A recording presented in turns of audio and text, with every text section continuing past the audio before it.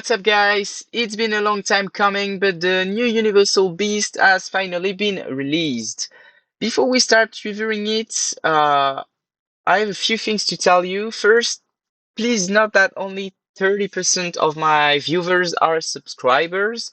So if you want to support the channel freely, please hit that subscribe button, leave a comment, and like the video. It really helps. And secondly, for those who follow me on Discord and stuff like that, I'm trying to improve YouTube videos. So I'm currently using my headset because if you record on a tablet like I used to do, it uses the tablet microphone, whether you're using a headset or a microphone. So yeah, I'm using the computer, but there are a few problems with it. For example, the game is only available in portrait mode. There is no landscape mode. So I changed the resolution on the game to make it a bit wider. It's still not perfect. There are two black bars on the left and right side. I'm currently trying to find better solutions, or maybe I'll just put an overlay in both sides. I don't know. So yeah, all that to say that every feedback is welcome, any advice, whatever. Please don't hesitate. DM me on Discord or just let me know in the comments. And for example, see this. This is because I changed the resolution, so a few things are kind of fucked up in terms of like. Okay, this is working well. Okay, great. So yeah, whatever. This was what I wanted to tell you before I start the video. So this time around, the Daves not only graced us with a cool design, as you guys can not see because it's fucked up with this resolution, but whatever. They also graced us with a name that will inspire many of you, I believe. I think I've yet to find someone naming it correctly on my Discord. It's called Dilo, or well, yeah, Dilo. And for those who don't have time, let's get to the chase. Yes, Dilo is, in my opinion, the best beast in the game and probably the best long-term investment. Its ability that you can see right here, I hope it's not bugged. Yes, it's not. You have a chance of triggering a piercing effect when leading any warrior taps. It simply allows your back row squad to convert 50% of the damage into true damage that ignores defense and skill defense. And on a side note, I also released to everyone a document for beast comparison on my Discord. So it includes incoming beasts based off ants, but I mean, since they skipped paid hero, I cannot guarantee you that they will release everything like in ants. But hopefully they do, and if so, you can find all the information on documents. Now, so yeah, that was all. If you guys are like don't have much time, this should be enough for you. And for those that want to go deeper with Dilo, let's review the talent tree. So, first of all, there's a tricky detail here, right here, with biological offensive. This increases the damage of extra skill. As you can see, all squad extra skill damage. And it's very strong for heroes who do trigger extra skill, like for example, let me show you. There is, I think it's the first skill actually. Yeah, on Arbalist, this skill has a 30% chance of being cast once more. So this is an extra skill. So it might be a bit tricky. Like I know a lot of people see, um, it's extra skill damage. This is very strong and all. Truth is, it might be completely useless to you, depending on what heroes you're using and stuff like that. So, for general recommendation, I really recommend going for this side, the red side right here, with the attack enhancement, robust body, attack enhancement, and medication. The reason for this is that you will get attack, and skill damage, or skill attack, my bad. It's not the same, but whatever. And skill attack. You also get a few water damage taken reduced, which is always pretty cool. And it's fairly cheap to get there. So for people who have low level beasts, this is a very good starting point. I also recommend the left side of the blue tree. You can also start with this. Kind of depends what troop type you're running and what you're lacking or what you want to focus on, but you get some attack as well right here. Then you get a few defense. Not a big fan, but it's always useful. You also get some defense. So for now, it's not very interesting, right? But then you get another defense, another HP. So these two nods, they're not that cool, but you get HP here. Then you tell me, okay, so why do we go defense? Well, you basically don't. Don't get tricked. I said left side, but it's more like the middle left side. Look at this. You go to attack, defense, so that's not good, but then you get HP. Right here you get skill damage, which is pretty good, and then you get HP. So if you don't have many points, you can either go red side right here on the right side of the red side, or the middle left side, I don't know if you how you call it, to maximize on HP. These things are really good if you don't have a lot of points. If you do have more points, you might really want to grab this. It increases your skill damage, and you will have to pick the defense to get there. But well, it's really good, and you want to go there as well for the attack and HP buff. You can also get some more attack right here.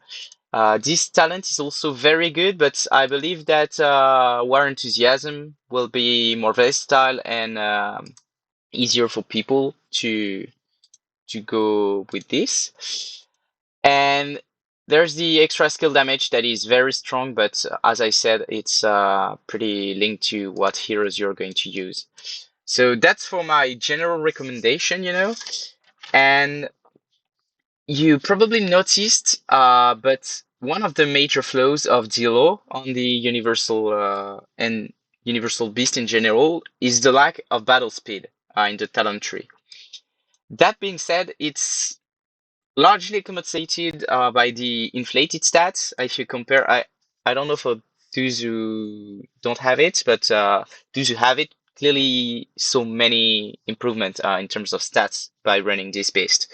And the stats are clearly increased in the talent tree um, to kind of make up for the lack of speed.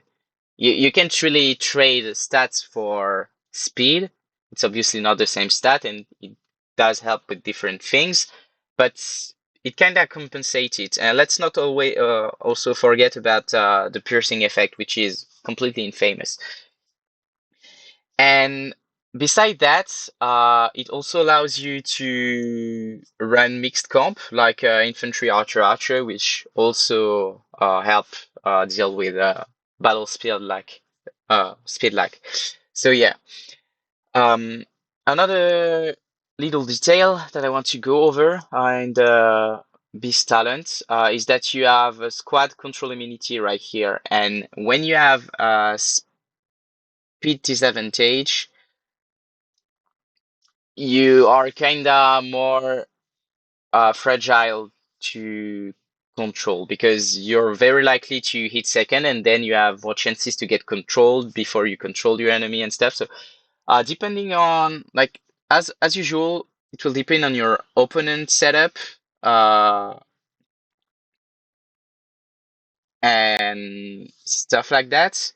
But yeah, you might want to take this one. I personally didn't because I don't think it's worth my point. I prefer to spend them elsewhere. For those, I know that everyone asks me about Beast Talent every time. I'm just going to show you mine. I'm level 49, so that might not be able to get applied to you, but this is my Beast Talent. As you can see, I didn't go for this squad control immunity. If you want to copy it, go ahead. I mostly took what I told you that was great. Luckily, I'm high level enough to basically take everything without making much choices, you know? But yeah, I think it's more about why I picked this stuff than about seeing me picking them. So that's why I don't usually go to my Beast Talent. I prefer to use this interface and show you an empty one and tell you why things are great and why I tend to go for it, you know. Um, and for example, I told you that I'm not a big fan of defense, but as you guys know, I attack Kinkin a lot at the moment because he has tremendous stats compared to me, and yet I can still beat him most of the time. And it's very interesting to make tests and stuff like that. And of course, I'm not bullying him. I'm just attacking when he has high crystal and when I fan him, and it allows me to run some tests. But well, to get back to defense, I've noticed, for example, that uh, against a few of his comps, if I don't have my defense boost up and running right here in the village buff, the defense up right here, it's only 20%, right? This 20% can be the difference maker between me absolutely crushing Kin or absolutely getting crushed. So I always say that defense is bad. It's not that it's bad, it's just that it's not a priority to me, but it's still an important factor in the equation. Maybe not as important as HP and stuff like that, but don't speed on defense, guys. It is important. So yeah, that was like a few points I wanted to go over, and I also wanted to make you think a bit about some option like the resilience effect, for example, because since you're going to lack speed, you might want to have some more control immunity. There are a lot of stuff to take into account, and the best thing I can recommend you is to run tests and see what works best for you and your like the opponents you have at your level, because we don't all operate at the same play level. Like I'm mostly fighting people with A-star heroes or at least 6 stars, so they have more normal damage than they could have back in the days, for example, because obviously they have this skill upgraded, so it increases your regular damage. So there are a lot of stuff to take into account, and this is why also I don't like to share this, because this is pretty misleading to people. And depending on the troop type you are using, like maybe you will want more skill defense rather than some skill attack and stuff like that. But overall, if you want stuff that are pretty versatile, in my opinion, these are the things to go for. And then run test and see what works best for you. And yeah, whatever. So yeah, I hope that you guys enjoyed the video. I tried to prepare a little text so the video doesn't last for like 30 minutes or something. The first one I shot was like 28 minutes. This one will be like 15. I hope it's not too bad. Yeah, let me know what you guys thought about it, and